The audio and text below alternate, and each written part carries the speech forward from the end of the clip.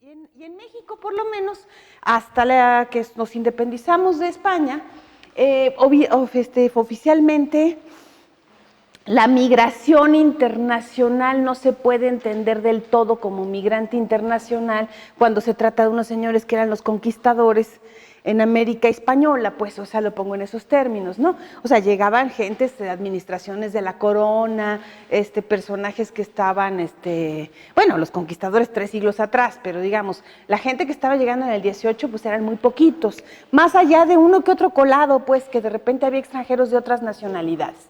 Pero propiamente nos colocaríamos un poco como del inicio de la independencia hasta casi nuestros días, en los cuales yo en general para esta presentación trato de hacer una subdivisión en modelos migratorios, aunque junto a nacionalidades diversas. Cuando hablo de ello es que hay individuos que se asumen que inmigran de una nación a otra y que tuvieron algún impacto en la historia nacional y obviamente la composición étnica de nuestra población, derivada de migraciones que se conocen como libres. O sea, un individuo que decide cambiar su residencia temporal o definitivamente, muchas de estas son temporales, o sea, que alguien nada más pensaba ir un tiempo y resulta que después con el camino, el azar o lo que ustedes quieran, decide quedarse en otro país. Que voy a hablar primero de migrantes económicos que en realidad llegaron en muy buenas condiciones, digamos, al país. Muy particularmente porque voy a hablar que estos migrantes económicos vienen junto con los grandes capitales o los grandes intereses de los Estados Unidos, de Inglaterra, de alguna manera de Alemania y de todas las naciones desarrolladas que se pelearon en este país por tener los mercados que se le abrieron al momento de que España deja de ser una colonia, ¿no? Recordarán, a lo mejor en sus clases, en la preparatoria o a algunos les gustará la historia, que España tenía prohibido que entraran a sus colonias individuos de cualquier otra nacionalidad y además había monopolios con respecto a que nosotros somos los únicos que les podemos vender vinos o que les podemos vender determinados productos. Entonces, cuando América se independiza, en su conjunto, y México en particular, que es la historia que nos interesa en este momento, para Europa somos la apertura de todos los mercados y por supuesto Estados Unidos, que está empezando a crecer como potencia, todavía no es la potencia que hoy en día conocemos en el siglo XIX, es una nación que ve a los territorios que dejaron los españoles también como espacios de expansión económica y eventualmente de física, o sea, de algunos individuos que pasan de los Estados Unidos hacia México. Curiosamente, una nación como los Estados Unidos, que todos sabemos que es la nación que más inmigrantes internacionales ha recibido en la historia de su vida, o sea, porque está fundada por inmigrantes y que sigue recibiendo hasta la actualidad inmigrantes, digo ya, por muchas, digamos, muros, inventos que te quieran inventar las políticas migratorias que siempre han usado políticamente en Estados Unidos el tema de la migración, históricamente esa nación, curiosamente por su gigantesca frontera con nosotros y por la cercanía territorial, ha sido una de las naciones que nos ha expulsado a más personajes. Esa frontera que ustedes ya ven, obviamente, es la frontera más o menos conocida en la actualidad de lo que es nuestro famoso país, ¿no? Un cuerno de la abundancia, según Alexander von Humboldt, o sea, la figurita del mapa de la República Mexicana, entonces aviéntenle por ahí minerales y todo lo que se les ocurre a la idea del cuerno de la abundancia. Esa imagen la tienen tanto los norteamericanos como los europeos. O sea, vamos a América a ver qué encontramos. Y si ustedes ven un poco el trazado de las vías férreas, que son los años 20, esas vías férreas que hoy en día tenemos y que hoy en día le costaron tanto trabajo construir a Peña Nieto, una tirita de ferrocarril que no entiendo, mi cerebro no me da para saber cómo costó tanto trabajo diseñar eso. Las empresas que tuvieron las concesiones de los ferrocarriles en los años 80 del siglo XIX construyeron tranquilamente ellos solitos en 4 años 15,000 kilómetros de vías férreas. O sea, de lo que ustedes vieron a la que ahorita, o sea, ese mismo mapa no tiene nada que ver, ¿no? Y además atravesaron desiertos, o sea, bueno, todo lo que se les puede ocurrir en un país y sin personas, peor tantito. O sea, porque para construir los ferrocarriles del norte tuvieron que traer gente de donde fue. O sea, entonces traían trabajadores norteamericanos, obviamente desde los agrimensores y los ingenieros que construyeron el ferrocarril, como los que ahora sí que rompieron camino, había por supuesto chinos y por supuesto estadounidenses de muy diversas características. O sea, tuvieron que traer trabajadores de donde se dejara, pues más o menos para explicarlo. Ello implicó que la construcción de ferrocarriles en casi todos los lugares del mundo tuvo como consecuencia que alguien necesitaba mano de obra. En mano de obra, tanto la muy calificada, o sea, los que sabían de qué se trataba la tecnología, como quienes iban a hacer los trabajos rudos.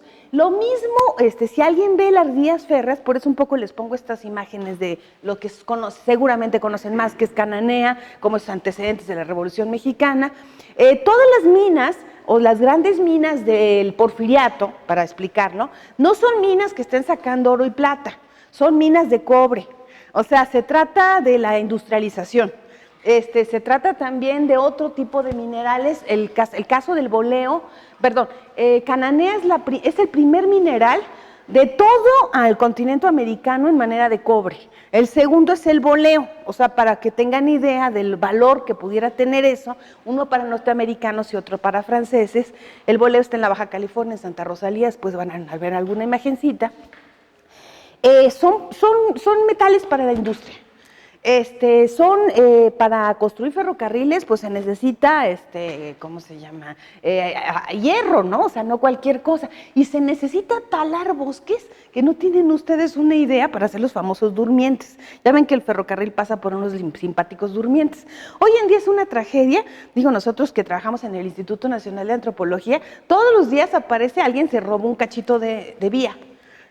Porque vale un dineral, y luego volver a construir esas partes, digamos, de los ferrocarriles que están medio tirados, o sea, que no se están trabajando, es una tragedia.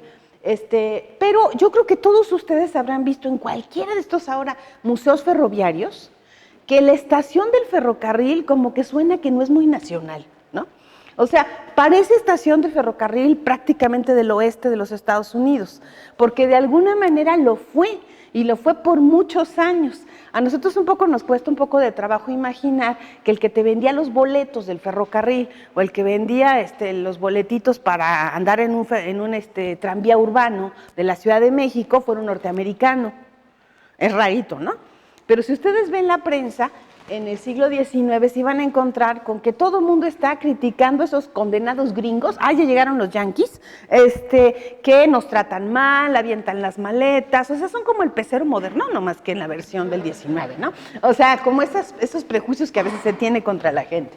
Pero además, imagínense, si además el señor de la pecera, del ferrocarril, además es blanco, anglosajón, y considera que está trabajando en un país de subdesarrollados, imagínense el trato hasta los que se supone que se sienten de la sociedad. Entonces la crítica era impresionante, sobre todo, y lo estoy tratando de explicar, porque la relación que tenemos los seres humanos con cualquier extranjero, existen manifestaciones xenófobas y xenófilas. O sea, el otro, aquel individuo que me parece diferente a mí, me resulta profundamente sospechoso, que digamos voy a hablar de lo que es con el concepto xenofilia, o sea, no es necesario, xenofobia, no necesariamente ando matando extranjeros, pero sí puede ser una persona que me resulta su lengua, sus costumbres, sus formas de ser, es que viene de otro lado, o sea, ese venir de otro lado te hace ser un sujeto sospechoso. Pero cuando además tienes otra lengua, pues ya es complicado, pero otra religión, eso sí es problemático. En cualquier país de la tierra, y cualquiera que ustedes habrá visto en cualquier lugar en donde están enfrentados pueblos en común, gran parte de las grandes complicaciones humanas están derivadas de las creencias religiosas. América está fundada, las 13 colonias, por los famosos, cada colonia de los Estados Unidos es un grupo separatista religioso que vino de Inglaterra. Luego, entonces, ¿quién dijo que esos mismos separatistas no deberían venir a México en otro momento? Entonces, en México, junto con la presencia de trabajadores, de construcciones del ferrocarril, de mineros, etcétera, vamos a tener la presencia de iglesias protestantes, cosa que le causó a los católicos todo el horror del planeta, ¿no? O sea, va desde el tema de la colonización. Bueno, vean estas imágenes, imagínense, colonias mormonas en México, siguen existiendo, están en Sonora y en Chihuahua, las que sí son anglosajonas. Hoy en día es la iglesia de Jesucristo de los Santos de los Últimos Días. A lo mejor han visto ese letrerito en algún lado. Es esa maravillosa iglesia que yo se la agradezco en lo más profundo de mi corazón, que tienen por convicción que tienen que bautizar hasta el último ser humano que encuentren sobre la tierra para salvarse todos, afortunadamente. Entonces, para esa buena fortuna, nos han hecho los archivos más gigantescos que existen en la historia del planeta sobre genealogía, porque recuperan todas las actas de nacimiento, todas las actas de bautizo, todo, o sea, cualquier cosa que demuestre, de matrimonio, de defunción, cualquier cosa que demuestre que un ser humano anduvo por la tierra está. Se los digo porque de veras es el archivo, esa cosa que ustedes buscan en el internet que se llama Family Search, eso hace la Iglesia de Jesucristo de los Santos Días. Esa genealogía, bueno, verdaderamente le ha dado información sobre la historia de la población del continente a todo el mundo. O sea, de todo lo que se puede saber. Lo comento como tal. Pero en ese entonces los mormones eran muy mal vistos por los norteamericanos porque todavía tenían la poligamia, por ejemplo. Se prohíbe la poligamia y entonces andan buscando una colonia en donde ir a tener poligamia sin problema. Hoy en día eso está bastante radicado. Pero muchas de estas colonias buscan, como se dice, el Sion, o sea, un lugar que es el lugar para vivir libremente tus creencias en algún lugar de la tierra. Entonces, a veces esas colonias suelen ser más colonias que se aislaban antes que se unieran a la población.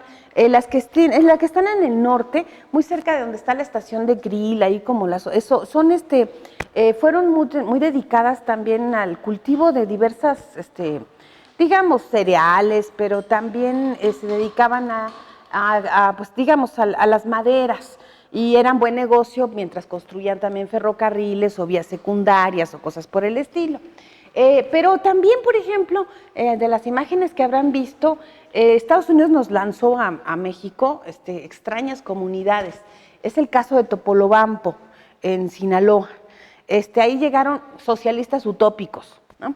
Y entonces construyeron supuestamente su falansterio en lo que es el puerto de Topolobampo y una ferrocarril, que es el que une Chihuahua Pacífico, para que más o menos tengan una idea. Por ahí, bueno, entonces en Estados Unidos, los estadounidenses, así como estoy contando una historia muy vieja, todavía actualmente se les puede encontrar con cierta presencia importante detrás de las empresas. O sea, a lo mejor inversiones norteamericanas en México, o sea, a lo mejor en parte de la maquiladora, en parte de la industria de la construcción de automóviles, vamos a tener a estadounidenses que vienen como representantes de empresas en un momento determinado. También hay otros soñadores, ¿no?, que vienen a ver qué pasa con este país tan divertido. Están desde los grupos macartistas, por ejemplo, hay exiliados políticos que vinieron en los años 50, que eran los que tenían un poco ideas de izquierda y se vinieron a México un poco como que aquí es un país diferente, ¿no? Todos los casos voy a estar hablando de instituciones. Todas las comunidades de origen extranjero han formado en México, las ricas, por supuesto, no los pobres, porque voy a hablar de los pobres. Panteón, hospital, escuelas, por supuesto. A lo mejor algunos de ustedes conocen la American British Council, el hospital ABC, o sea, que nos suena algo tan común. Ese es el hospital estadounidense, pues bueno, de los estadounidenses y los británicos. Hoy en día lo usan mucho la comunidad judía. El primer colegio norteamericano en México, que les pongo algunas imágenes de colegios estadounidenses, estaban como pensados para que los hijos de los dirigentes de empresa, pues mientras vivían en México, pudieran educar a sus hijos en la lengua de los padres. Eso les gustó mucho a las élites nacionales. Entonces, de volada mandaron a sus hijos a estudiar, así como los hijos de don Porfirio, córranle, vamos a ser blanquitos, ¿no? El tema de ser blanco es una cosa muy importante en este curso. Ay, sí, qué malvados son. Tienen un horror tanto los liberales como los conservadores, implementaron mucho en su cabeza la idea de que había que traer extranjeros a México, en buena medida porque consideraban que los indios no eran motivo, no iban a permitir que creciera este país, que no eran motivo de desarrollo. Entonces, ¿qué mejor que traer inmigrantes de cualquier lugar de la tierra? Tenían ciertos problemas con los estadounidenses, pero nunca tantos como los que tenían con los indios, ¿no? O sea, entonces podían ser tolerables. En la actualidad hay otro modelo migratorio que yo creo que muchos de ustedes lo han visto. Si andan de paseo, se van a la ribera del lago de Chapala, o si se van a San Miguel Allende. En Cuernavaca se ven, pero están atrás del muro, entonces es difícil que los vean porque en las casas hay muchos norteamericanos, en Acapulco también, en Baja California. México es un lugar que está muy cerca, obviamente, también de los Estados Unidos, y entonces hoy en día tenemos una migración muy importante, se llaman rentistas, como quien dice. Viven de sus rentas, o sea, o viven de su pensión o viven de lo que les dejó algún negocio. En México, que es más barato, en donde es más económico contratar una enfermera, tener una casa en un lugar calientito y bonito, ir a la plaza comercial. No sé si alguno ha ido a San Miguel Allende y va a ver que está lleno de la plaza de un montón de norteamericanos con su, así peor que mí. Yo tengo que andar con esta porque ando malita de mi cabeza. ¿Cómo se llama? Con sus sombreritos de paja y fueron al mercado, están muy contentos. Muchos de ellos son bien ecolocos. Les gusta, no quieren McDonald's, son medio liberales. San Miguel Allende es muy interesante. Además, hasta había pintores. O sea, San Miguel Allende hay como una población de origen estadounidense bastante heterogénea. Porque no pensemos que todas las naciones son lo mismo, de eso se trata, pues de pensar que todas las naciones son producto de la construcción de estados en diferencias culturales.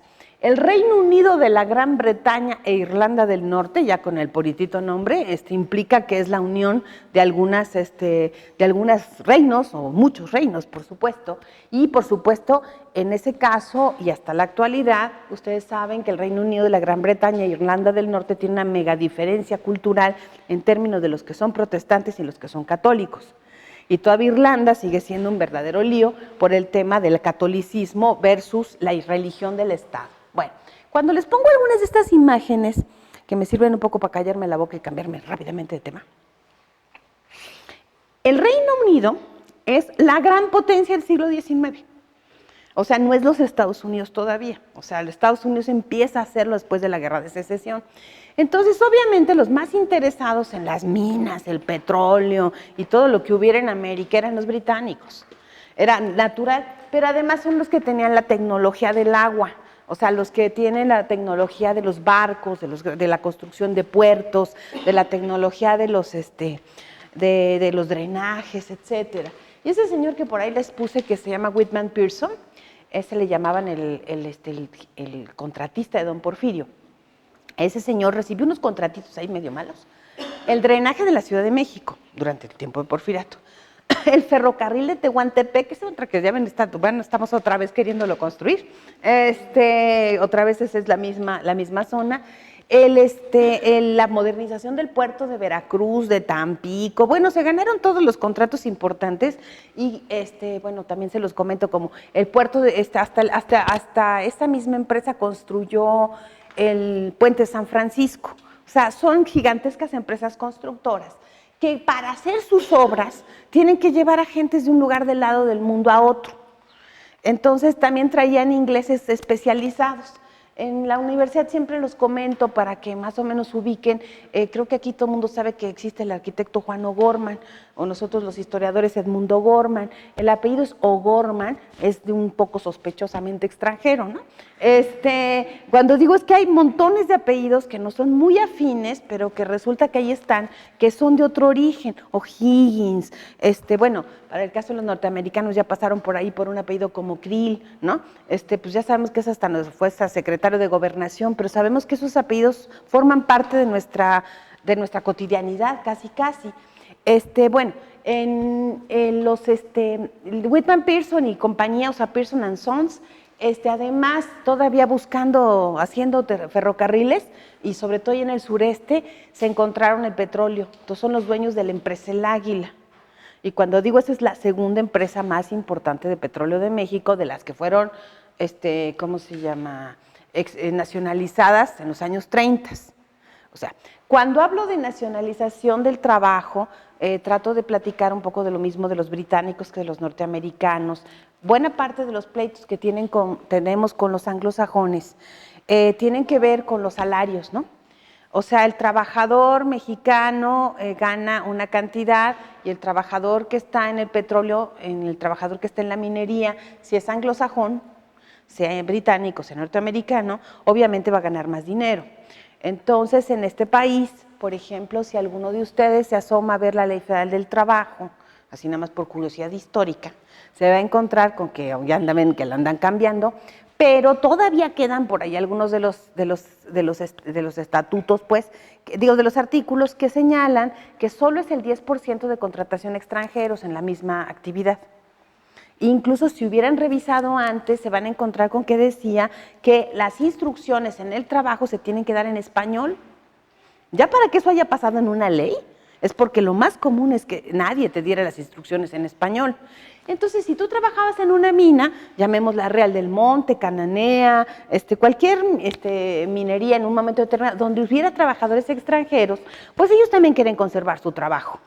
Y como quieren conservar su empleo, pues ya mero te van a decir al otro cómo hacer su trabajo. O sea, lo pongo en esos términos. Eso es una competencia general. Con los británicos, los invito a todos para que vayan el fin de semana, por favor, al Real del Monte y conozcan un pueblito prácticamente británico. O sea, son hasta los techos. Si ven ustedes, hasta el fenotipo de las personas es como muy pelirrojo, o sea, van a encontrar pelirrojos, que tiene que ver con que trajeron masivamente y constantemente trabajadores para la minería, que esos trabajadores de esta minería fueron mineros Cornish, vienen de Irlanda en particular, y por eso los pastes son la papa y la carne, porque es una comida de minero. Como fueron las empanadas en Argentina, ¿no? O sea, un poco como para ubicarlo. También ahí, ese es uno de los primeros lugares en donde hay un templo protestante. Se dice mucho más, o a veces lo refiero también, que aquí tenemos uno de los primeros templos protestantes que está ahí sobre la calle de Gante, en el mismo terreno que ocupó el antiguo convento de San Francisco. Si ustedes van por atrás, verán que allí hay una iglesia protestante. Esa iglesia protestante se las dejó ya Juárez, digamos, después de los tiempos de la desamortización de los bienes religiosos y de que se establecieron, digamos, las leyes de reforma. Pero bueno, hay otro lugar donde también ahora está nuevamente de moda, que es el tema de la electricidad, ¿no? Ustedes conocen, a lo mejor algunos de ustedes, la presa de Necaxa.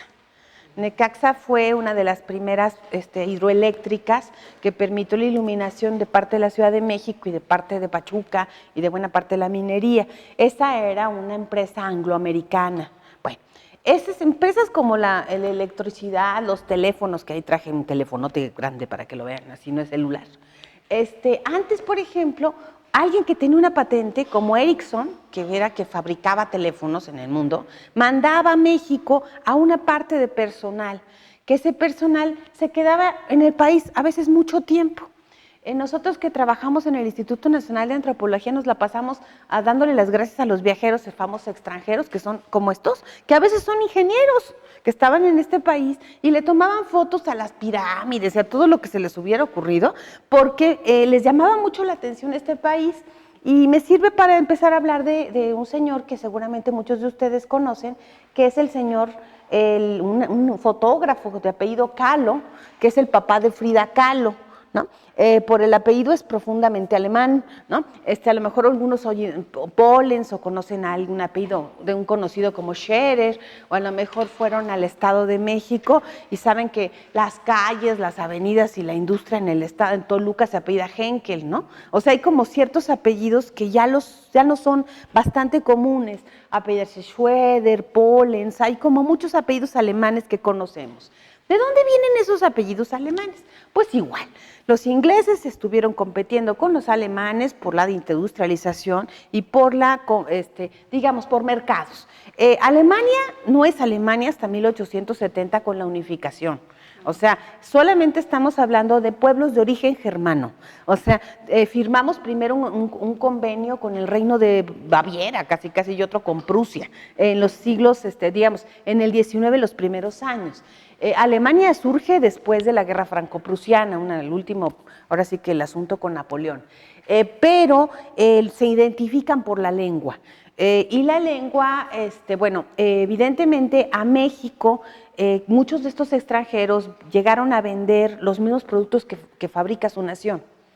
La expansión, digamos, del acero alemán, de la zona del Ruhr y de todas estas gigantescas, de esta tecnología, se vende, aunque no lo crean, en las ferreterías, Esta es muy conocida como la Casa Boker, pero si van a otras ciudades menos gigantescas como la ciudad de nosotros, van a encontrarse en Mérida, en Morelia, en Tampico, una antigua historia de que ahí había una ferretería alemana o todavía queda la ferretería alemana. Porque esa ferretería te vende, ahora sí que desde las tijeritas, los utensilios de la casa, las ollas, el acero, pues de alguna manera utiliza. Y que también vendían, por supuesto, que armas. O sea, les digo que las únicas afectaciones que hizo por Pancho Villa, al norte de México, en alguno que otro negocio, fue irles a pedir prestadas sus armas, ¿no? O sea, un poco los préstamos forzados. El otro lugar donde hay una presencia alemana muy notoria es en el Soconusco, en Chiapas. Ahí hasta las fincas se llaman Moravia, Bohemia, tienen nombres particularmente interesantes.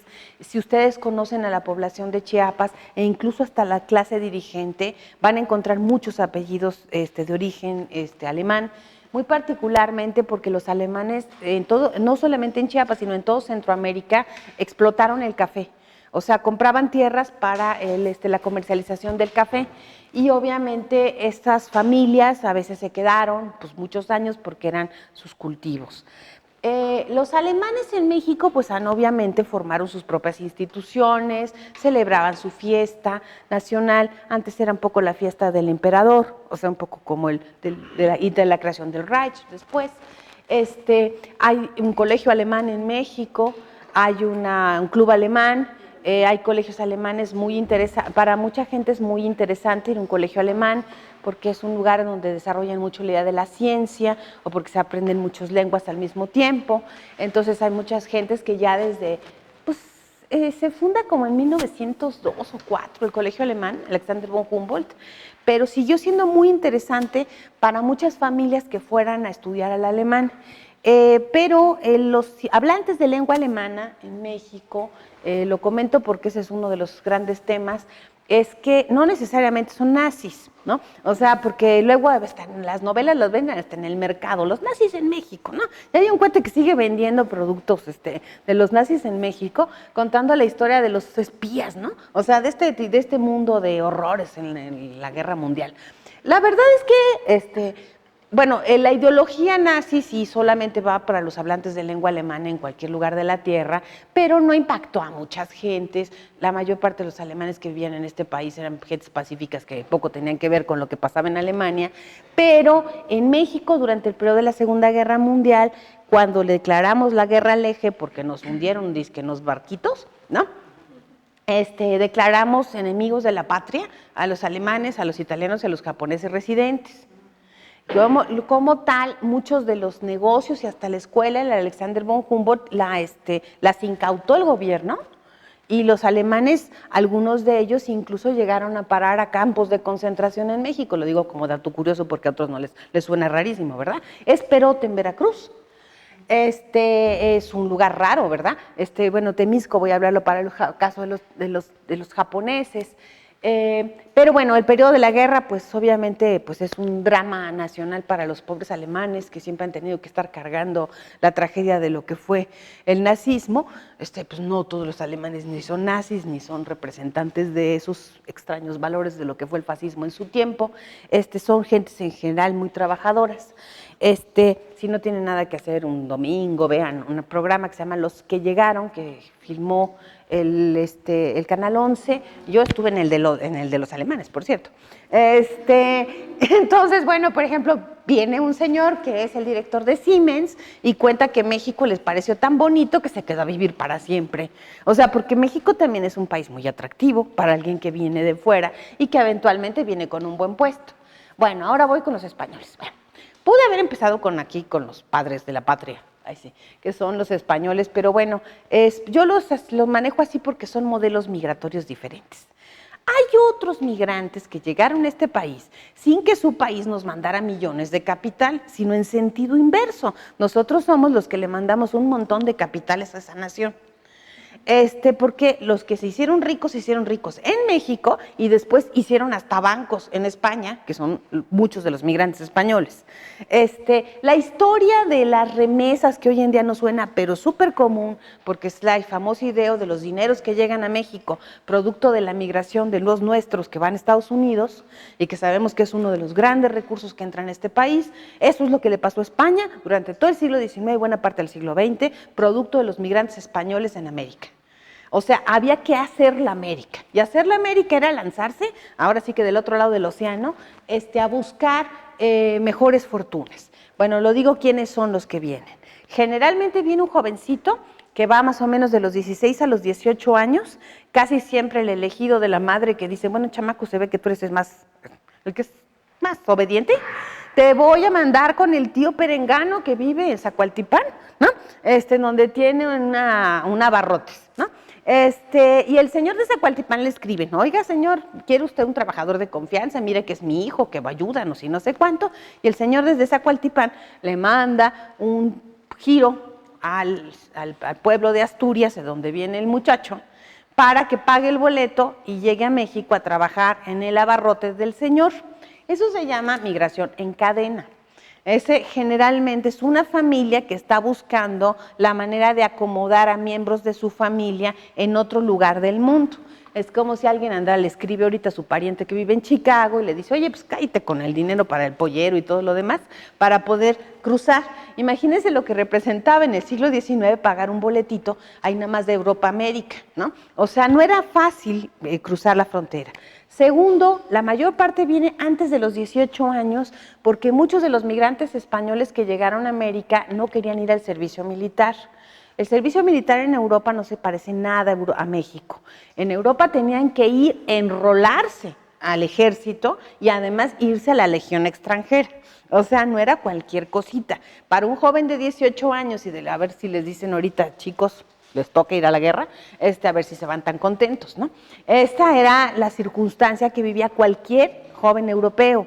Y peor tantito, bueno, varía.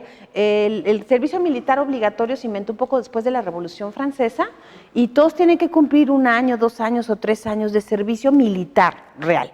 O sea, de ser la primera reserva. Y además, pues Europa pues, se la pasa de guerras, entonces el riesgo de morirte existe. O sea, no es cualquier cosa, ¿no? O sea, lo pongo en esos términos. Bueno, entonces muchos venían huyendo y pues se quedan en México todo el tiempo que pueden hasta que se les acaba la persecución del Estado porque no fueron al servicio militar y porque piensan que aquí van a hacer muchos recursos ahorrando y ahorrando todo lo que puedan para regresar algún día a su patria y ya demostrar que hicimos la América, ¿no? O sea, comprar el terreno, comprar la casa de los abuelos, siempre están mandando dinero a su pueblo. Esa es la migración en general. Casi todos los migrantes del siglo XIX vienen de ciertas regiones de España muy peculiares. Vienen del País Vasco, vienen de Galicia, vienen de Asturias y vienen de Cataluña y a veces también de las islas Baleares, un poco por ahí. O sea, son canarios, pues, perdón.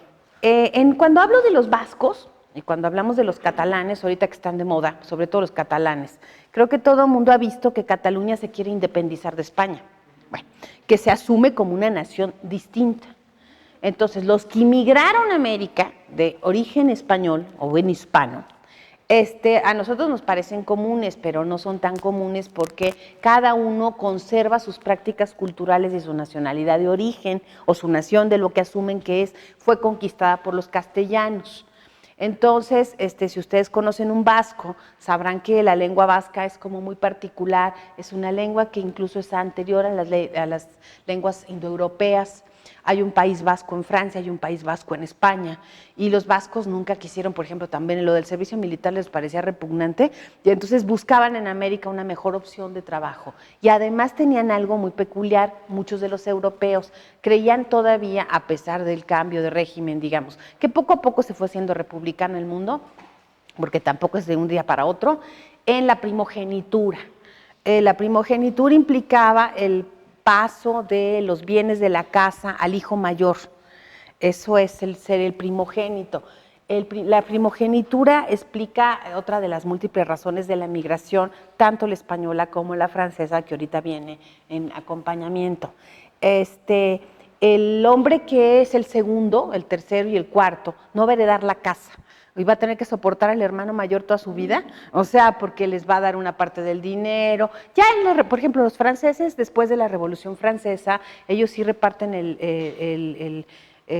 o sea, si ustedes leen las leyes de la herencia en México, que son un poco herencia de las francesas, todos los hijos de la casa son iguales, pues. Entonces, pero eso no es la tradición de viejo régimen, era para conservar la potestad. Entonces, las opciones eran bastante limitadas. O te ibas al ejército, o sea, ya te haces militar en serio, ibas al clérigo, o te conseguías una hija de alguien rico para que tú seas el heredero, o sea, para conseguir tierras, o emigrabas a América. Y entonces emigrar a América fue la opción para muchos. Me pongo por eso ese ejemplo como muy concreto.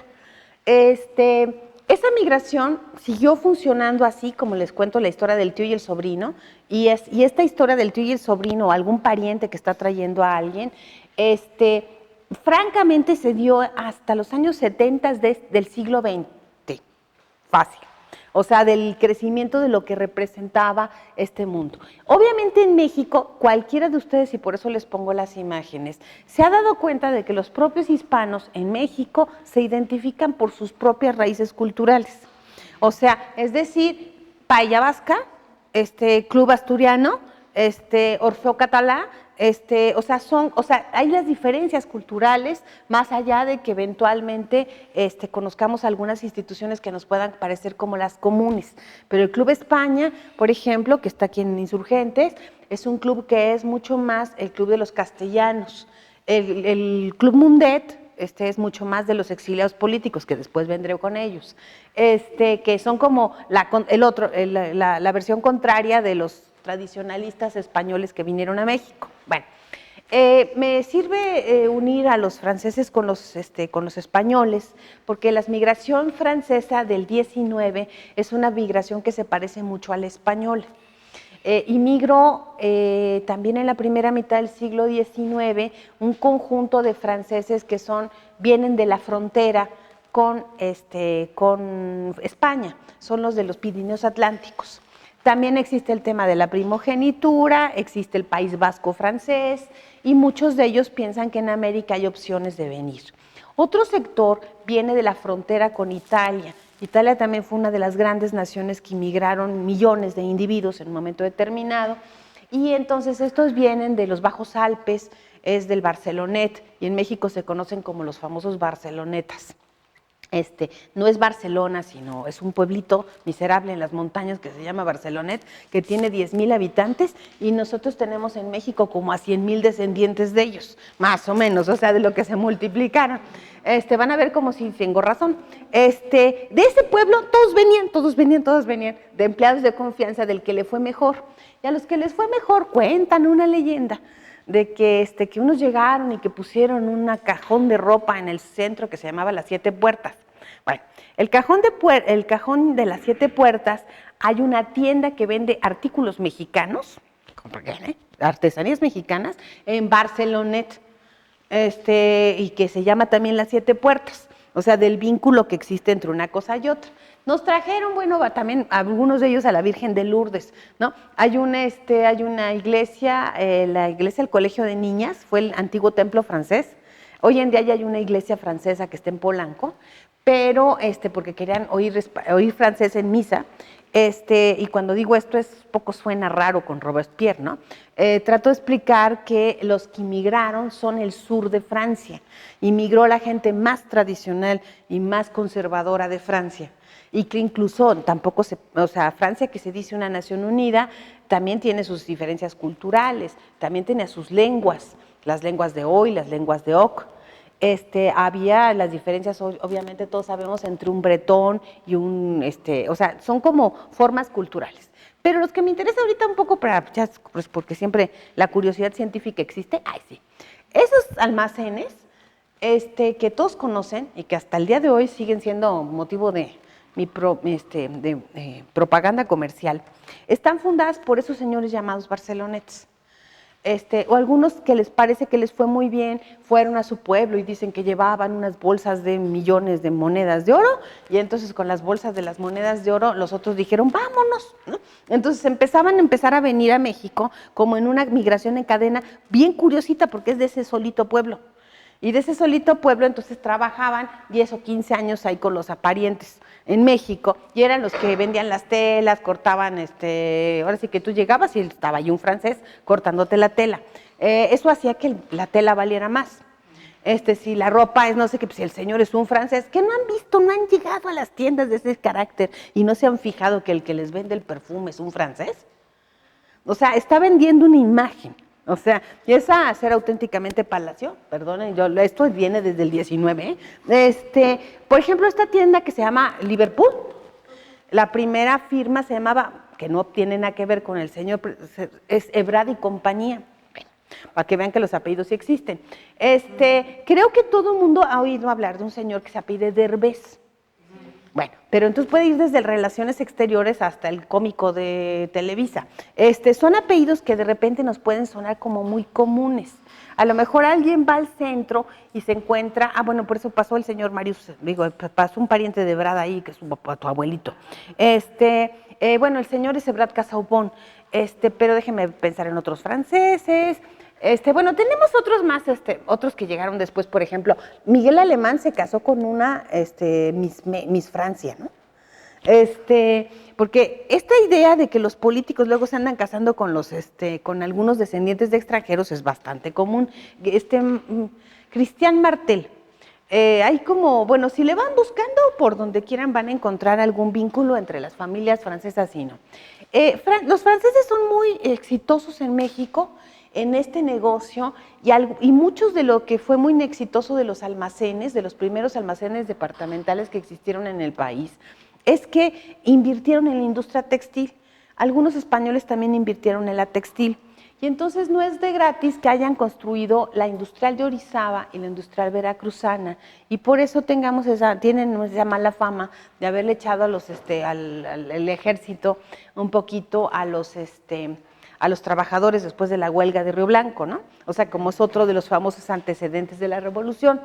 En México, la admiración por lo francés, por la cultura francesa, por los valores de la igualdad y de la fraternidad y demás, obviamente es la mayor admiración del siglo XIX. Los mexicanos querían aprender francés, querían leer en francés, Bueno, el Porfiriato se dice que se piensa, que hasta se piensa en francés, ¿no? O sea, la admiración que se tiene por Francia es muy grande.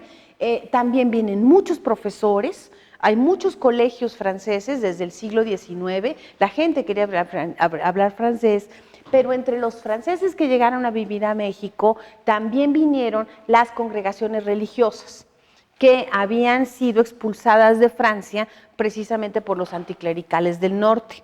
Los anticlericales del norte, para explicar, impusieron la lengua francesa como lengua obligatoria en todo el territorio de Francia. Y incluso en las localidades, en las pequeñas localidades, todavía hablaban su pató, les llaman así, ¿no? Es como una lengua muy regional. Pero el francés se impuso. Pero el francés en el mundo se vendía como la lengua de Víctor Hugo, de la civilización, de la cultura. Y entonces en cualquier lugar de la tierra cualquiera quería aprender francés, más allá de comer comida francesa o de tener hábitos a la francesa, etcétera. Entonces, en México tuvieron un gran impacto a partir de 1902, cuando llegaron los primeros barcos que venían cargando a maristas y a lasallistas. Yo sé que les suenan raros, ¿verdad? Pero creo que cualquiera sabe que la expansión de las escuelas lasallistas en México, maristas, es enorme. Y además también, incluso hasta de las diferencias, hay como muchas congregaciones religiosas, me cuesta un poco de trabajo terminar de entenderlos, pero hay, por ejemplo, los Guadalupe, los que están, hay uno de los maristas que es hasta fundador en México de varias congregaciones religiosas. El impacto que tuvieron en ese sector es impresionante, como en el caso de los italianos, para hablar de los maestros, antes de hablar de los colonos, es el caso de las escuelas salesianas. También hay un montón de escuelas. O sea, obviamente en la educación privada su peso es muy fuerte y obviamente también con mis misioneros que anduvieron en muchos lugares del mundo. Bueno, antes de que me acabe los temas europeos, y yo sé que ustedes se van a tener que ir antes de que yo acabe de hablar, me falta hablar un poquito de la idea esta de los colonos para explicar un poco la presencia italiana en México, que es un poco, que también es un poco diferente. Los italianos inmigraron masivamente, son como 10, 15 millones de italianos que se vinieron a América.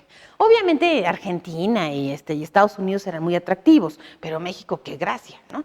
Pero si tuvieron gracia, si un compañero de una empresa colonizadora fue y les vendió a unos campesinos la idea de que nosotros te ofrecemos tierras gratis, te llevamos, te pagamos 2 años de salario y entonces ahí vas a vivir feliz. Entonces se trajeron unos pobres engañados italianos a vivir a unas tales colonias en los años 80 que se fundaron en México con todo el presupuesto de la nación, que tenían la intención de ver si nos civilizábamos.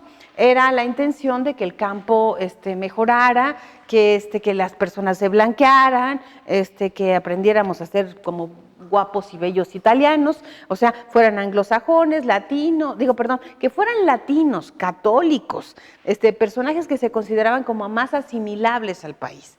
Entonces, varias de las colonias, algunas las fueron a poner a Veracruz y se murieron los pobrecitos colonos antes de que se dieran cuenta, porque apenas bajan en el barco en Veracruz y le llaman la tumba de los españoles, por algo, ¿no? Porque ahí están presentes las enfermedades endémicas. Entonces, en México llegaba un pobre campesino, lo mandaban a Veracruz, a Puebla o a donde quieran, y se morían de epidemia con una tranquilidad impactante. Entonces, porque no puedes defenderte de ciertas cuestiones médicas. Pero los que les fueron mejor y los pueden conocer, y ustedes vayan otra vez otro domingo, por favor, de turismo cultural, a conocer Chipilo. Chipilo es una auténtica, todavía en la actualidad es una auténtica colonia italiana. Ustedes pueden ir a la iglesia, pueden ir a comprar quesos y van a ver que ahí la mayor parte de esos mexicanos que tienen 120 años de vivir en este país, bueno, su abuelito es un italiano, el hijo, eventualmente están muy mezclados entre ellos, porque obviamente si vas y los pones en Puebla, pues lo que hicieron fue encerrarse antes que abrirse, ¿no? Y entonces, bueno, muchas veces se casaron en común, pero hay muchas familias también de origen italiano que nos son como muy afines en los apellidos de las gentes que conocemos, va desde, bueno, los que se me ocurren ahorita, por ejemplo, son Tangassi, ¿no? O sea, hasta para el tema de las funerarias, obviamente voy a hablar de los Ponzanelli, de este señor Garibaldi, que por supuesto es muy conocido por la industria, por la revolución, y Dante Cusi en Michoacán es famosísimo porque aquí hay lugar, ¿se acuerdan? Por ahí salen las noticias de un lugar que se llama, donde vive la familia michoacana. Bueno, ahí donde vive la familia michoacana, antes le perteneció a un hacendado llamado Dante Cusi, y ese lugar precisamente fue la Nueva Italia, que fue uno de los grandes ejidos que repartió Cárdenas. O sea, un poco como voy en muchas historias así, saliendo de aquí para allá. Una cosa importante, y me sirven mucho los italianos para hablar de ese tema, es que desde 19 y buena parte del siglo XX y hasta la actualidad, muchas veces quien ha venido a dar clases, quien ha venido a construir una obra a México, también se involucró en la academia. O sea, es decir, estuvo dando clases mientras tanto. Entonces, mientras estaban construyendo el monumento a la Revolución, el monumento de los de la Revolución obviamente era un francés, pero en este caso, Adamo Boari, estamos hablando del que diseña Bellas Artes, hay muchos pintores, escultores de origen italiano que trabajaron en la Academia de San Carlos, individuos que por eso a veces esos contratos se quedan para siempre. En la escultura, en la arquitectura, en la pintura, hay mucho impacto italiano en el mundo entero. Y no es gratuito que a veces algún profesor de origen italiano tenga como mucho impacto en algunas de la formación en México en más de un sentido. También, y hasta la actualidad, si ustedes van y toman clases con, por ejemplo, en el Dante Alighieri sobre italiano, a lo mejor alguno de sus profesores sí es italiano. Si van al instituto, Dios mío, el de los franceses. La alianza en parte, la alianza es un poquito más natural, mexicana, pero bueno, el Instituto Goethe, o sea, ahorita me quiero acordar cómo se llama la de los otros lados de España, la francés. ¿Quiénes dan clases? Normalmente es un universitario que vino a México a hacer su doctorado o que vino a hacer un posgrado y que está en México dando clases mientras tanto. Y muchas veces esos individuos se quedaron y se siguen quedando. O sea, lo pongo como un ejemplo. Bueno, de todos esos que ya hablé, me faltan ahora hablar de los que sí vinieron verdaderamente en condiciones miserables, porque como se habrán dado cuenta, todos los demás como que les fue bien, ¿no? Además, todos son vistos como, así como, hay que blanquear a la población. Ahora, ¿quién se quiere casar con un guatemalteco? Ahí sí vamos a empezar con un problema y menos con un chino. Entonces, ahí sí vamos a los problemas de lo que son los racismos en México. La migración internacional más importante que ha recibido este país durante todo el siglo, un cachito del XIX, todo el siglo XX y hasta el día de hoy, y sigue siendo una migración económica, es la migración de los guatemaltecos a México. Y sigue estando en las zonas de cultivo, más allá de la llamada migración de tránsito, que hoy en día dicen que nada más va para los Estados Unidos. México sigue contratando, como Guatemala siguió contratando, a trabajadores agrícolas para el cultivo del café, del azúcar, del tabaco. Y muchos de los que necesitaron a fines del siglo XIX, principios del siglo XX, cuando se definieron las fronteras entre México y Guatemala, en particular la zona del Soconusco, es una zona muy buena para el cultivo del café. En esa zona del cultivo del café se requería mano de obra y como no tenían quien trabajara, pues entonces mandaron a unos tales, suelen llamarse enganchadores, ¿no? Vete por trabajadores, los subes a tu camión, bueno, en aquel entonces otra cosa, digo, alguna carreta, y te los traes a México, y si se puede con toda la familia, perfecto, ¿no? Pues sobre todo porque los niños están como a la altura de la mata, y son más baratos. Esto trato de explicar que en las migraciones de ahorita y del mundo y de antigüedad siempre ha existido la trata. O sea, es decir, individuos que son llevados a trabajar de un lado del mundo a otro, muchas veces en condiciones prácticamente semiserviles, y que no se pueden liberar francamente de su trabajo porque están endrogados por deudas. Entonces, ¿qué ocurre con una familia guatemalteca que venía a México bajo este sistema de enganche? Eventualmente le habían dado 10 pesos para que dejara a su familia y entonces cruza la frontera y cuando llegó del otro lado necesitó poner la casa, se le enfermó el hijo, la mamá, alguien se le enterró y entonces tuvo que pedir prestado. Y entonces eso implicaba que la gente se quedaba endrogado con el finquero. Como tal, no podían salir, no podían dejar el trabajo. Y esta historia que ustedes seguramente conocen para los mexicanos, para la famosa historia del Valle Nacional, que la ha contado Jean Kenneth Turner, que todos conocen esta historia de la esclavitud prácticamente, que es un poco de sus antecedentes de la revolución. Nosotros tenemos también nuestros esclavos internacionales, y es el caso de los guatemaltecos. La verdad es que el tema del trabajo para ellos fue miserable en México y creo que sigue siendo miserable. Y también hay otro problema histórico que ha tenido la migración guatemalteca. Bueno, además de que es población indígena, o sea, ¿por qué? Porque fueron a los altos de Guatemala a conseguir al trabajador, igual que fueron a los altos de Chiapas a conseguir a los trabajadores que ahí están. O sea, un poco, es su pueblo, es su propio origen, es su propia región. Eso de ser una migración internacional habría que verla porque es una migración cultural afín, o sea, es su zona realmente de vida. Pero además la migración, esta que se ha movido a través de la agricultura, es una migración que suele ser, le llaman transmigratoria, es decir, está moviéndose de un lado de la frontera a otro, hoy en día que ya es más libre. Eso implica que un niño nació en Guatemala y el otro hijo de la misma familia nació en México. O sea, es una complicación, evidentemente. Y lo más divertido era que alguien encuentre cuál es la nacionalidad que tienen. Porque venían muchas veces estos trabajadores, o han venido estos trabajadores casi siempre sin papeles, contratados así de lo que venga. No sé, no estoy segura ni siquiera si tienen acta de nacimiento, muchas de las personas que viven en las comunidades.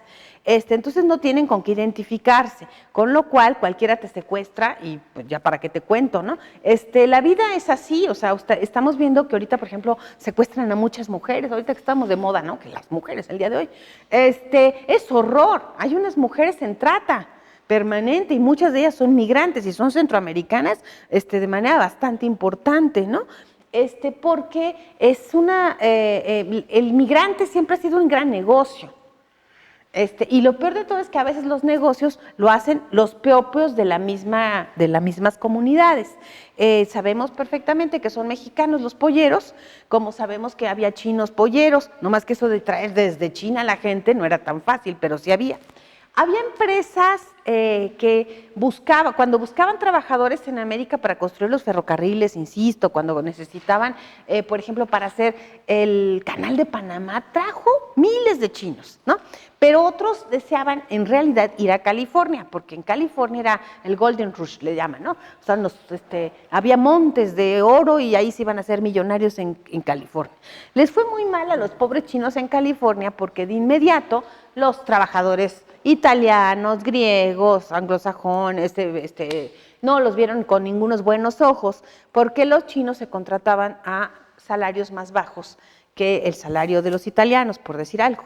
Entonces, desde 1882, si no me equivoco, en Estados Unidos prohíben la inmigración china por presión de los propios trabajadores de California. Entonces, los chinos optan por venir a México, o sea, emigrar a Tijuana, bueno, Tijuana todavía no existe, perdón, a Baja California, Sonora, Sinaloa, esperando estar trabajando en México unos 4 o 5 años, en lo que Estados Unidos les permite pasar. Ahora sí que estamos como en los asilados actuales, ¿no? Eso fue permitiendo una llegada importante, más allá de que cuando se estaba construyendo el ferrocarril de Sonora, obviamente necesitaban trabajadores.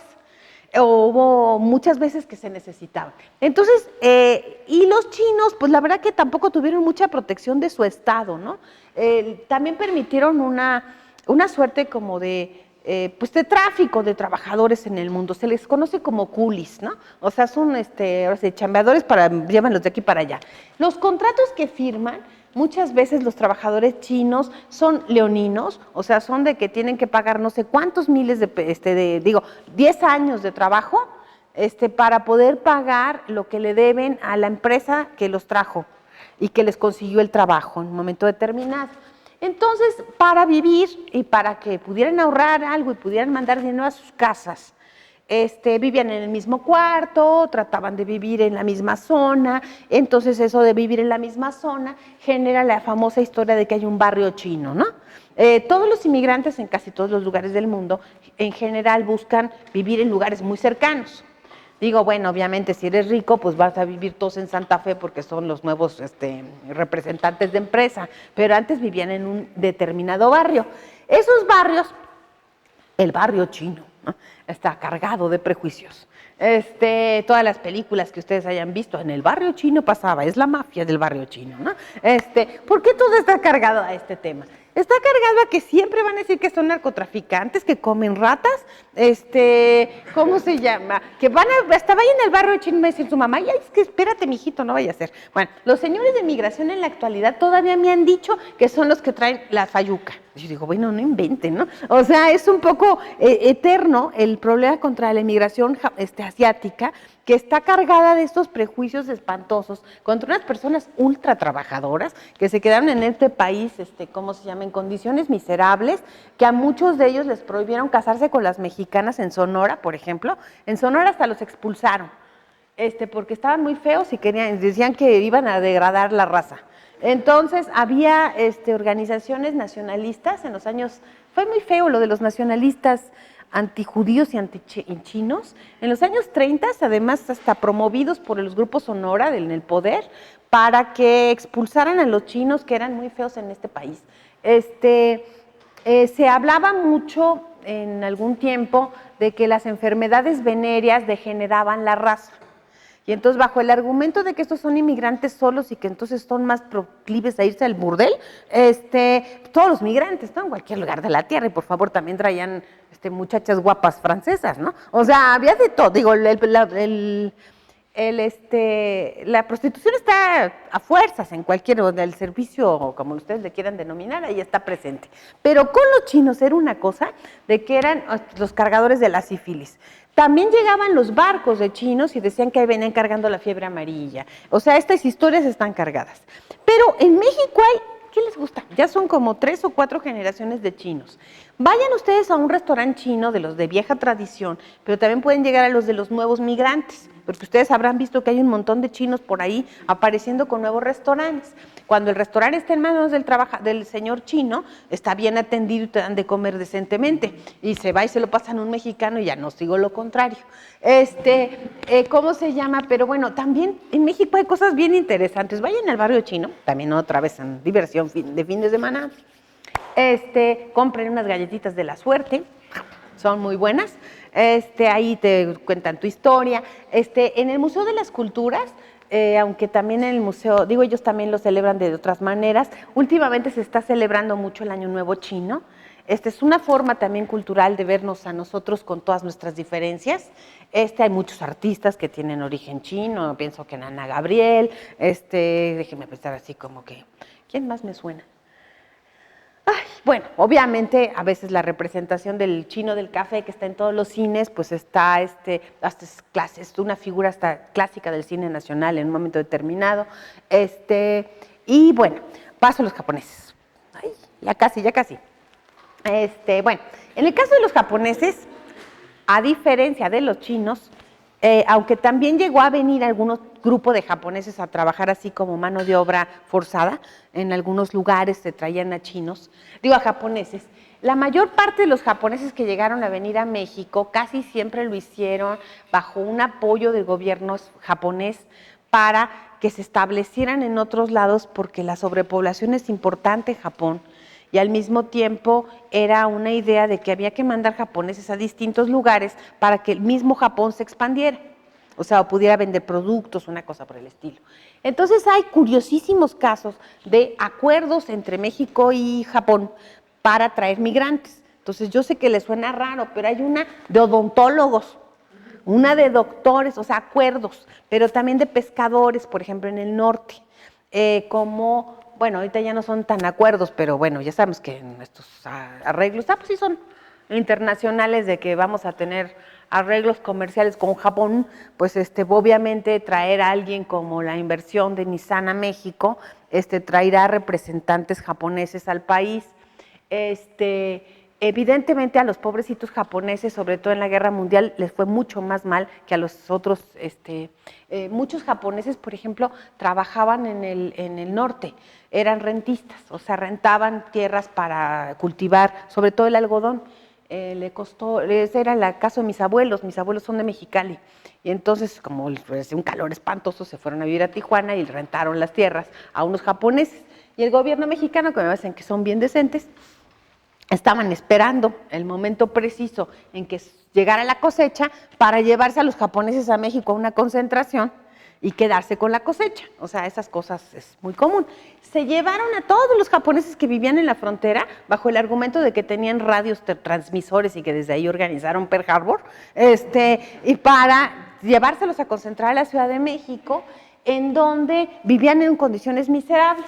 Pero el señor Matsumoto, que a lo mejor a algunos les suena a la historia de unas florerías, que era un arquitecto del paisaje, por eso, por ejemplo, en toda la zona de Morelos verán que están los barbolitos y hay muchos que son a veces jardineros japoneses, rentó la hacienda de Temisco para que los concentrados tuvieran en dónde vivir. Entonces, Temisco, que pues ahorita van a nadar y cosas por el estilo, también fue una suerte como de lugar de concentración de japoneses durante la Segunda Guerra Mundial. Con los japoneses hay una relación hoy en día, pues obviamente muy grande, muy abierta. Hay un colegio japonés, la gente está admirada del crecimiento del Japón, porque la verdad que sí es un pueblo que también extremadamente trabajador, la mentalidad de los japoneses es tan importante en términos de crecimiento que incluso hay quien manda a sus hijos al japonés para que sus hijos se vuelvan empresarios, algo por el estilo. El colegio japonés es una escuela realmente cara en la Ciudad de México, si lo pongo en esos términos, pero es una oportunidad para todos los alumnos de la universidad, de que por favor estudien japonés, hagan prácticas o alguna cosa que los vincule a los japoneses, porque dan muy buenas becas y entonces se podrían ir a otros lugares y además financiar muchos proyectos. A nosotros hasta nos tienen financiados proyectos hasta de arqueología. O sea, Japón tiene muchos vínculos, ¿no? Nos apoya. Los coreanos, perdón, nada más van a ver 3 imágenes, no puedo hablar de tanta gente al mismo tiempo. Durante el Porfiriato nada más llegaron 1039, o sea, eso es así, en un barco, o sea, porque pareciera que llegaron a la península de Yucatán. Años después sí llegaron otros que son los del taekwondo y demás. Bueno, ahora voy a hablar de otras migraciones que son las que vienen por razones de persecución étnica y religiosa. O sea, son mucho las migraciones que vinieron a América, sobre todo entre la Primera y la Segunda Guerra Mundial, de manera más importante. Mucho tiene que ver, obviamente, con la expansión de, bueno, más bien con la desaparición del Imperio Otomano. El Islam, que es la tercera religión monoteísta del mundo, o sea, pues son los judíos, los cristianos, y después los cristianos son Mahoma. El Mahoma es siglo VI después de Cristo. Desde el siglo VI, que empieza la expansión del Islam, hasta el siglo XIX, más o menos habían vivido bien contentos las minorías étnicas junto con el Islam. O sea, es decir, no todo el mundo se convirtió a la religión de Mahoma. Otros conservaron su religión. Había católicos, o sea, cristianos, por ejemplo, es el caso de los libaneses, que son maronitas, pero son cristianos del Imperio de Oriente. Había judíos, obviamente en Palestina, piensen, esas son las zonas que ya saben que son los del pleito permanente, ¿no? Pero también había drusos y había, ¿cómo se llama? Los armenios, que también, bueno, tuvieron que salir corriendo de una manera impresionante. Los jóvenes turcos, que es una organización política que surge un poco a fines del XIX, principios del siglo XX, que toman el poder, consideran que las minorías étnicas, o sea, los grupos, los judíos, los armenios, los libaneses, estaban del lado de los europeos, o sea, en la desaparición un poco del Islam. Los acusan de todo, ¿no? Y entonces, como los consiguieron con el cargo del chivo expiatorio de la desaparición del Imperio Otomano, los empezaron a perseguir. O sea, que el generar un enemigo adentro es una arma política de altísima calidad. O sea, o como este señor que está inventando que el enemigo te lo tiene en la puerta y por eso se trajo a un montón de centroamericanos a que tocaran, a que intentaran entrar, ¿no? O sea, buscar un enemigo es perfecto para la política. Entonces, bueno, buscaron de enemigo a los libaneses, buscaron de enemigo a los judíos que vivían en el Medio Oriente, y muchos de ellos pues sabían que quemaban pueblos. Empezaban los grandes problemas para muchos de las comunidades que habían vivido sin problemas, con sus propias reglas, con sus propias leyes, con su propia lengua, sin problema, y tuvieron que salir. Mandaban a un joven. En general los jóvenes son, los libaneses tienen la fama de ser herederos de los fenicios y que siempre han sido comerciantes. Entonces mandaban a un joven a América, en particular a México vinieron muchísimos. Lo recibía, por ejemplo, un pariente que se apellidaba Curi en Veracruz y les decía, a ver, pues mira, te presto en lo que llegas una caja de botones y calcetines y te los vas a vender al pueblo perengano. Son redes de comerciantes.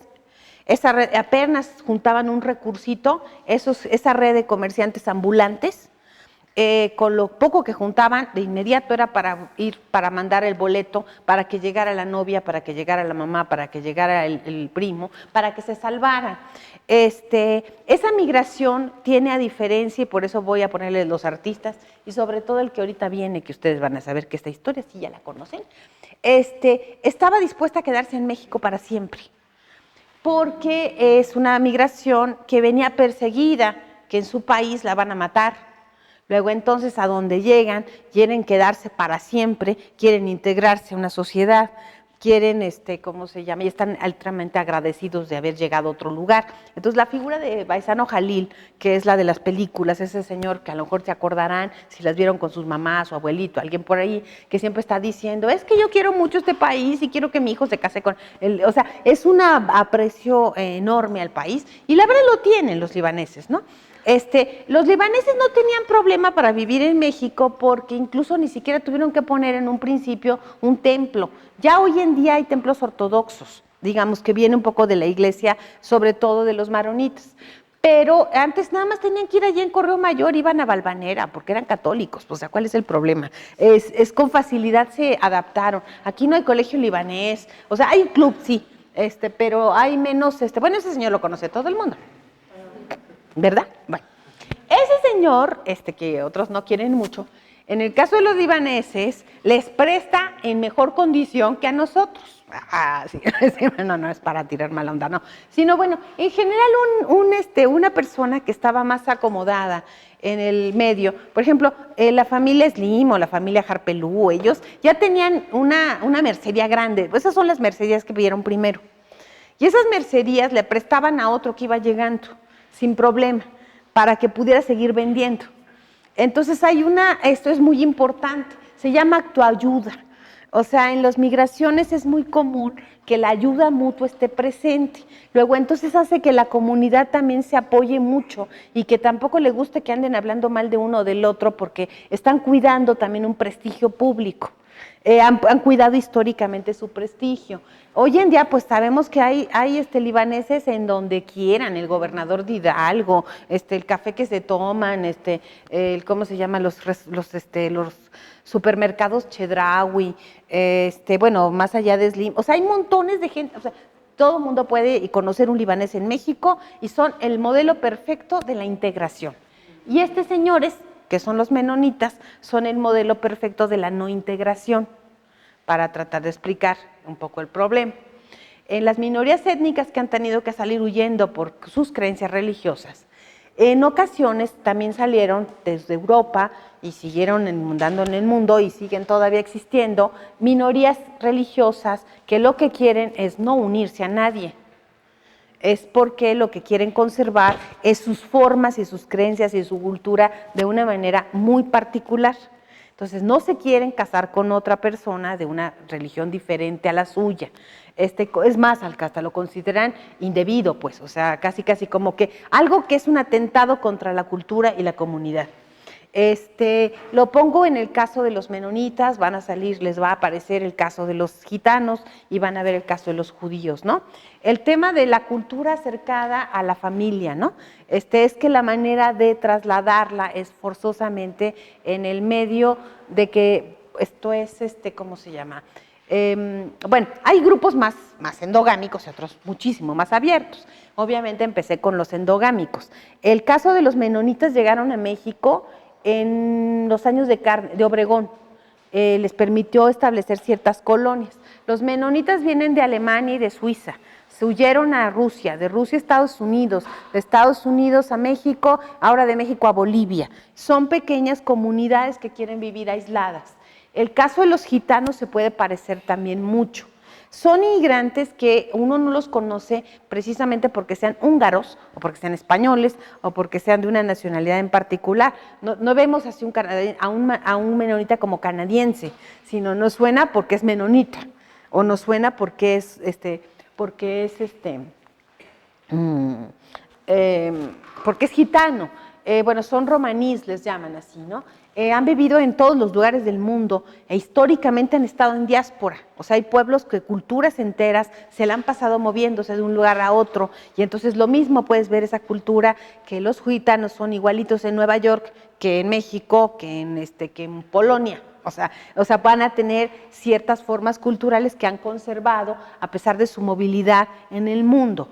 Es un grupo mucho más restringido, por supuesto, también extremadamente estigmatizado por la idea de estas diferencias culturales, insisto, el tema de del no mestizaje es algo que en casi todas las culturas genera conflicto, como por supuesto pues es el caso judío, ¿no? Bueno, el pueblo que más inmigrantes en el mundo tiene, o sea, que se movió desde la quema del templo y son las famosas tribus de Israel de su origen, que se ha movido por el planeta Tierra, pues obviamente son los judíos. Los judíos, a pesar de, se supone que una raíz cultural común, tienen como ciertas diferencias importantes, tanto en términos de lengua como en términos de origen, incluso en términos de asociación. En México van a ver incluso también las tres grandes diferencias. Van a haber muchos apellidos que les van a sonar a sus profesores, a nuestra jefa de gobierno, a Marx, a Hollywood, a quien quieran. O sea, hay judíos en cualquier lugar del mundo y muchos de ellos sí están muy involucrados en lo que pasa en los países. O sea, digamos, les caiga como les caiga, está Enrique Krauss ahí hablando de México, ¿no? O sea, pero el apellido está. O sea, o alguien es Jacobo Zabludovsky y alguien no me vaya a decir que no conoce Spielberg. O sea, todo el mundo sabe que existe por ahí alguien. Y que obviamente pasa desde los que crearon el comunismo, o sea, hasta los más capitalistas de la tierra, ¿no? O sea, pero lo que sí es que conservan una tradición cultural. Los judíos hay tres diferencias. Los que vienen de Europa, o sea, Polonia, Rusia, Francia, Suiza, todos son los judíos, Alemania, por supuesto, son los judíos ashkenazi, judíos de lengua yiddish, que es una lengua muy parecida al alemán, son los más, digamos, con rasgos mucho más europeos. Están los judíos sefarditas, que tienen lengua ladina, y que son los que vivieron toda su vida en Portugal o en España, casi siempre disimulando su judaísmo, ¿no? Son los llamados judíos conversos. Por eso cuando a alguien le dicen que eres un ladino, eres como un mentirosito, ¿no? O sea, cuando dicen, estás de ladino. Y hay otros judíos, que son los judíos que vienen del Medio Oriente, que vinieron de Palestina, de Siria, de Alepo, más o menos, que son las zonas del Medio Oriente, es la que nos trajo más a judío árabe. En México hay instituciones incluso diferentes, hay sinagogas distintas, los vuelvo a invitar a que salgan a pasear. Entonces, otro domingo, tomen otro camino y ahora váyanse a Jesús María, al barrio judío, y vayan a conocer una sinagoga. Ese es el único lugar donde sí les permiten entrar. Es una sinagoga que no está ya en servicio público, pero es un museo judío, en Justo Sierra. Y además hasta en el centro, sí. Es que bueno, si ustedes conocieran a Jacobo Zabludovsky, siempre hablaba de sus tiempos de vivir pues llegaron en condiciones miserables, perseguidos, y muchos de ellos vivían en las, ¿cómo se llama? En las vecindades del centro. Las calles más significativas, tanto para los libaneses como para los judíos, pues casi todos estaban antes en ¿cómo se llama? En Jesús María, en Correo Mayor. Entonces, todo ese rumbo fue el primero donde hay una sinagoga. Otra segunda sinagoga que yo me acordara estaba en Acapulco 70, pero ahorita con el temblor, el último la tronó. O sea, había ya hasta, ay, perdón, es que estoy un poco enferma, traigo un problema. En Acapulco 70, pero se lastimó con el temblor, y hay otras que están en Polanco, o pueden conocer una que está en Tecamachalco, que sí existen las sinagogas. En México, obviamente, hay comida kosher en muchos sitios. Yo crecí un poco en la Condesa y había muchísimo, pero también podemos saber que en México se celebra el Sabbat y que conocemos a judíos en todo el tiempo y pueden ser tu compañero de escuela, tu maestro, y pues la única diferencia es que es judío, pero es un mexicano igual que tú, ¿no? Y interesado en la política y en la ciencia y en lo que sea, ¿no? Eso es una cosa de respeto, eso es lo que quiero tratar de explicar. Entonces voy a tratar de hablar de la palabra respeto cuando me acuerdo de un presidente que le dijo al señor, comes y te vas, ¿no? Con los cubanos, ahora ya voy a acabar hablando de los políticos, de los inmigrantes que han venido a México por razones de persecución política. México ha sido una nación, y los cubanos son el mejor ejemplo que se me ocurre para hablar del tema, de hermanos en términos de problemas políticos en los cuales este país les ha abierto la puerta todo el tiempo. Durante todo el siglo XIX le abrió la puerta a todos los independentistas cubanos. O sea, desde aquí se armaba para intentos de independencia. ¿Por qué? Pues porque obviamente México se independizó antes que Cuba, ¿no? De España.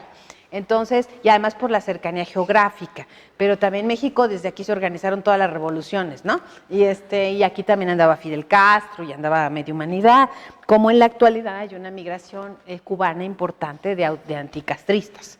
O sea, un poco como eso es normal, ¿no?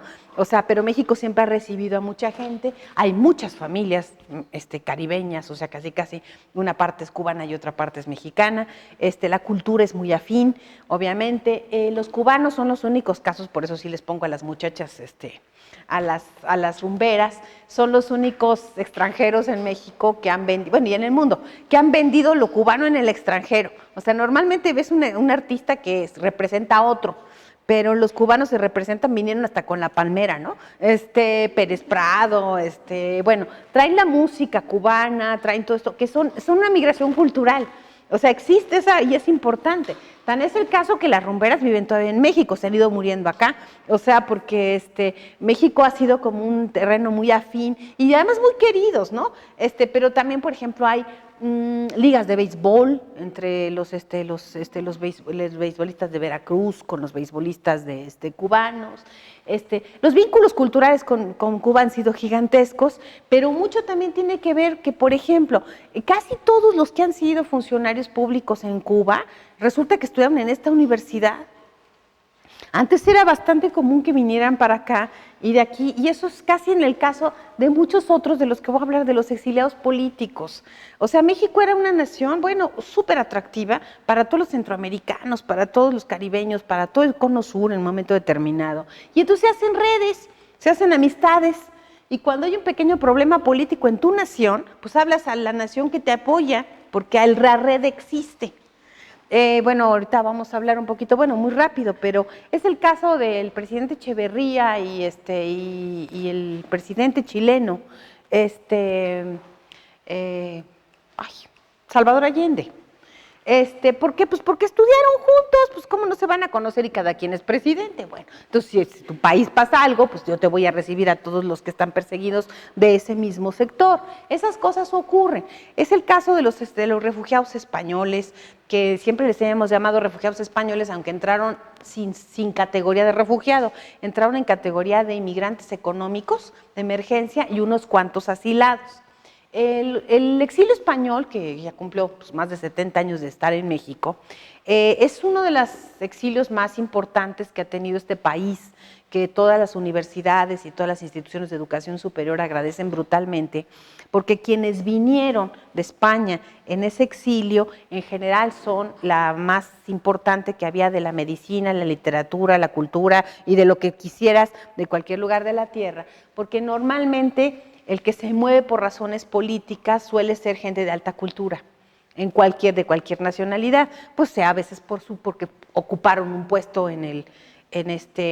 pues es Buñuel, o sea, no acabas, o sea, con el exilio español no terminas, ¿no? Para cualquier lado, para la biología, para la medicina, para donde gustes, la influencia de los españoles es muy grande. Los españoles vinieron a América básicamente porque perdió la República. O sea, había un gobierno de republicano, que las derechas, como siempre ya saben, los derechos y los izquierdas, se enfrentaron no les gustó las reformas que quisieron hacer los republicanos, y entonces hicieron un golpe, bueno, se entraron en una guerra civil con el apoyo de los nazis. En Francia, en España se sabe que es un poco como el laboratorio de muchas de las armas que se utilizaron después de la Guerra Mundial. Tuvieron mucho apoyo, entonces se fueron yendo los españoles, que van perdiendo hasta Cataluña y después cruzan la frontera, y es 1 millón de refugiados. 1 millón de refugiados en Francia en tiempos de que ya están los nazis casi por llegar a Francia, ¿no?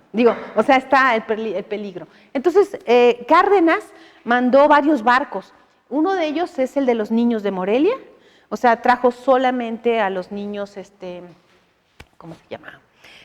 Bueno, huérfanos de guerra, que se fueron a establecer en una escuela que todavía existe hoy en día, que es una escuela primaria en Morelia, que se llama Los Niños de Morelia. Bueno, ahí estaban en la escuela, miren, estaban un poco grandes, pues ya están así de grandes, pues, o sea, entonces eso es bien triste, porque cuando llegaron pensaron que se iban a regresar a España mañana, y resulta que ¿cuál se van a regresar a España mañana? Se pasaron y se pasaron y se pasaron los años, luego peor tantito, y luego a veces, aunque ya hubieran llegado a la democracia en tiempos de Juan Carlos, bueno, se supone, Tampoco querían regresar los hijos, pues porque ya habían crecido aquí. O sea, la gente se conflictúa mucho con un exilio, porque se puede pasar mucho tiempo de un lado y del otro. Ya estamos por huir.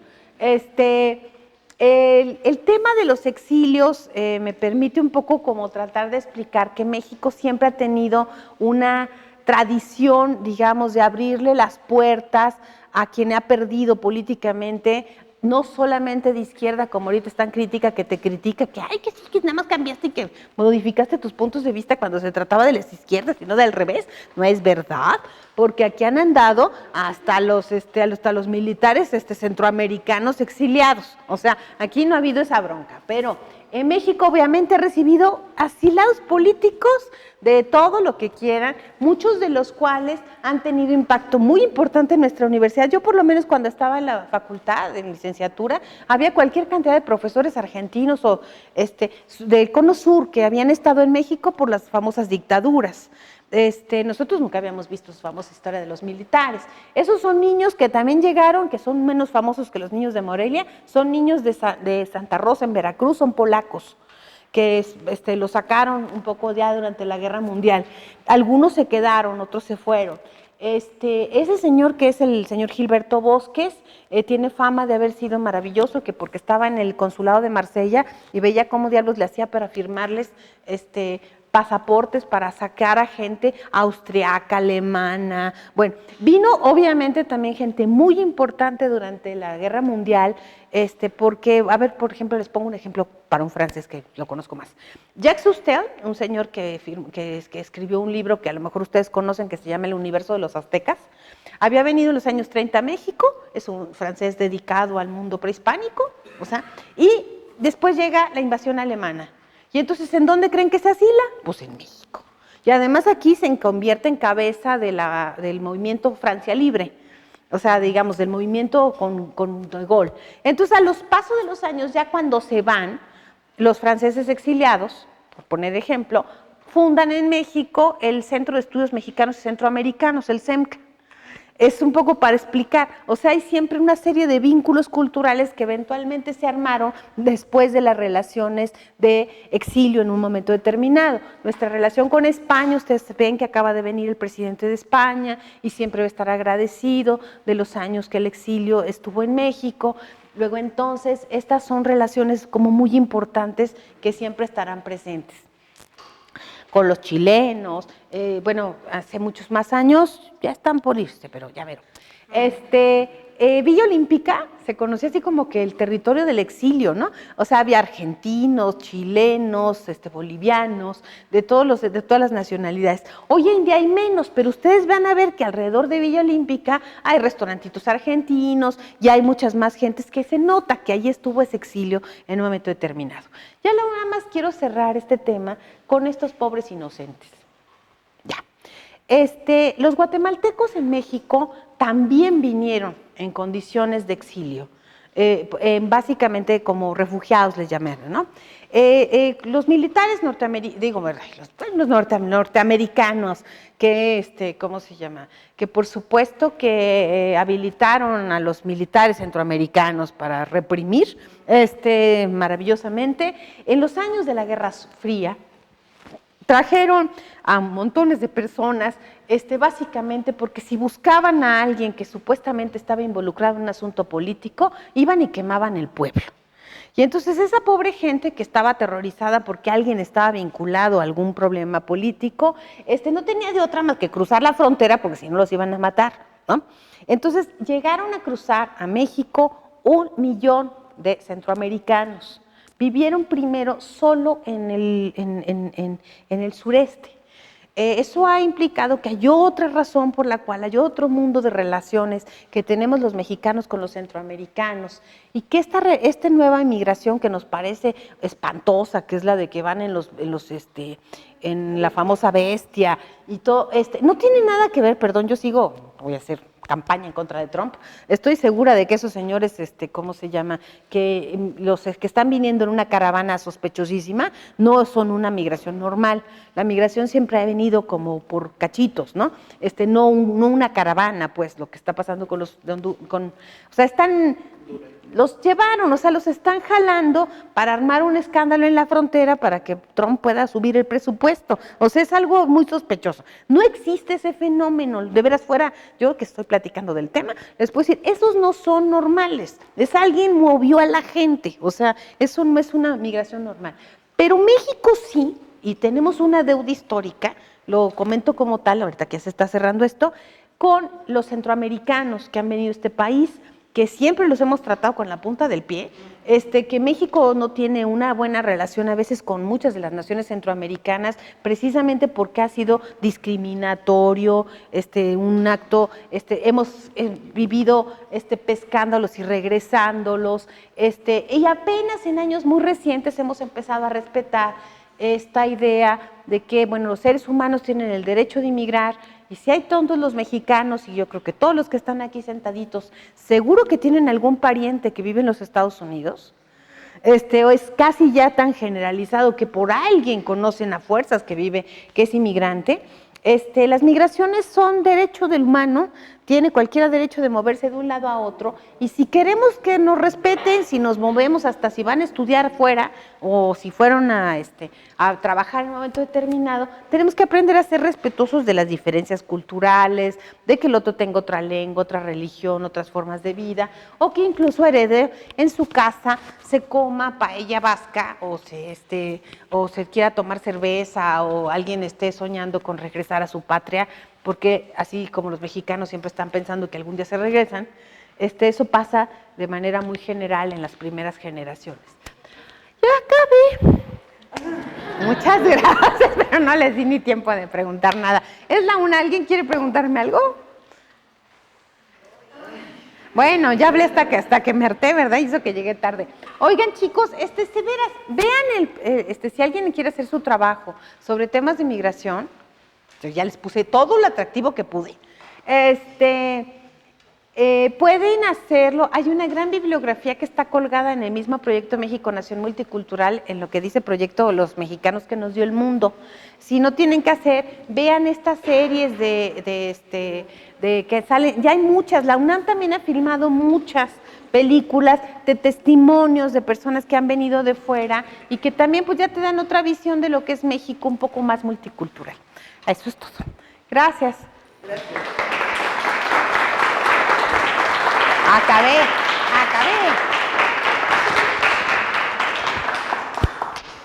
Lo logré.